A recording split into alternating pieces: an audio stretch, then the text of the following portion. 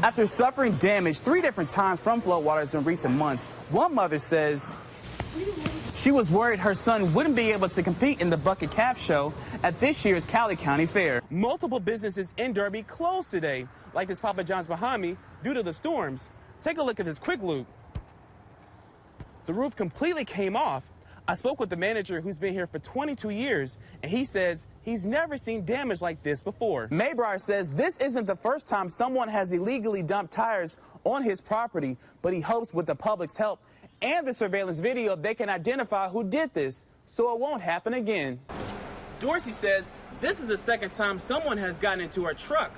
She says both times nothing was stolen. Payne says the groundwater level from all the rain last month in his neighborhood is so high that his sump pump continues to run even after all the rains have stopped.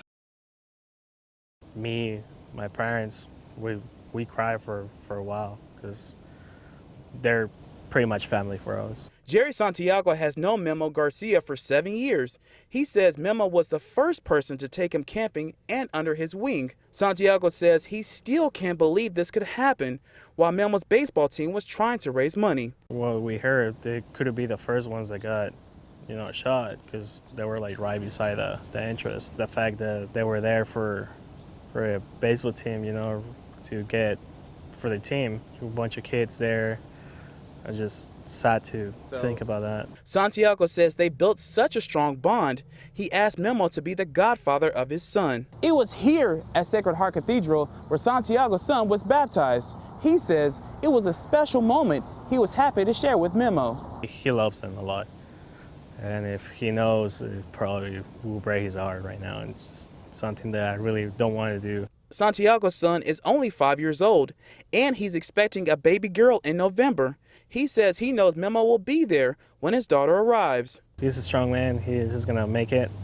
And I'll be blessed if he decides to be my godfather on my next kid, too. In Salina, Desmond Nugent, Eyewitness News.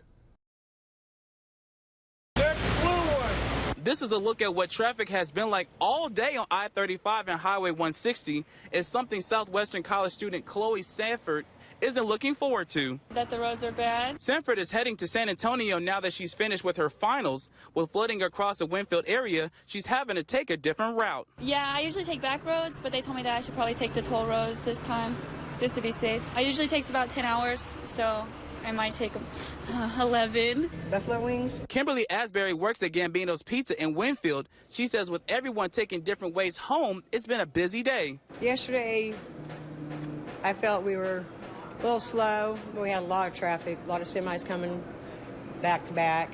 One Winfield native took the liberty of giving people a different perspective of the flooding in the area by using his drone to show what it looks like from the sky. A lot of people are saying that's really nice because they've moved out of town and they've moved away, but they know the Winfield area, and seeing that kind of flooding and high quality video, it really helps them understand the severity of the flooding. Kevin McClung said it hasn't flooded like this since 1998. But says the interstate closing was a shock. I-35 shutting down was a surprise because when they started routing traffic through town, that was all great and everything until they closed 77 north of town. So now traffic's having to being diverted to a different direction. A direction some hope points to home. Most of my friends are going to Oklahoma, so I'm a little bit worried because they take like the back roads and they're all flooded. So I don't know what they're going to do. In Winfield, Desmond Nugent, Eyewitness News. Enterprise elementary school teacher Ashley Hicks, she never imagined her picture about an old dress her students drew on would gain national attention. It's like a roller coaster. I did not expect it to go across the nation. I'm humbled by it. Hicks says she's been contacted by Good Morning America, Inside Edition, and many other news outlets. She says she hopes this platform gives teachers a voice. There's teachers that do things, that have ideas, they share things. And they don't get highlighted. They don't get credit for it.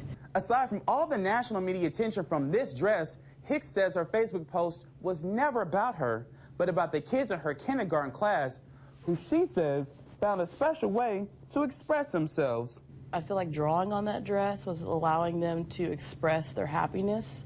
There's also sadness. because they would write, "I will miss you." Hicks says the expression on her kids' faces and kind notes they wrote on the dress, like "I love you," "I like how you teach," are just some of the reasons why she loves teaching. Teachers are so powerful, and I don't think that we realize how powerful we are. A strength Hicks says she hopes to continue to instill in her students through creative activities. Yes, we need the curriculum. Yes, we need the math. Yes, we need that for future to succeed and do great things. But we also need to be able to allow them to get outside of the box, the out-of-the-box dress. In Wichita, Desmond Nugent, Eyewitness News.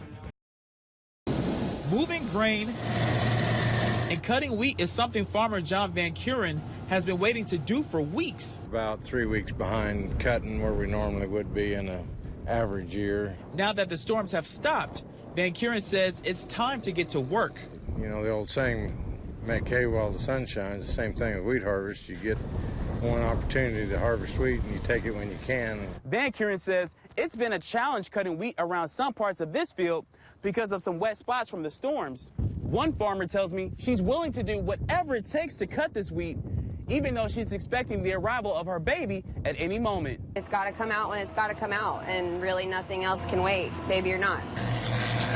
Allison Ott is driving this grain cart and 38 weeks pregnant with her second child. Her husband is the co-owner of this wheat farm, and she says the profits from this wheat is what feeds her family. I got to know that that's the priority, even if, you know, I go into labor. Ott doesn't know what gender her child will be, but if you ask her husband... My husband has prepared himself for another girl, but I would really like a boy. Van Kuren says he commends Ott for her commitment to the farm. She was just in the hospital Wednesday for sickness. That's the dedication and the passion you have to have, or you can't be successful. In Mays, Desmond Nugent, Eyewitness News.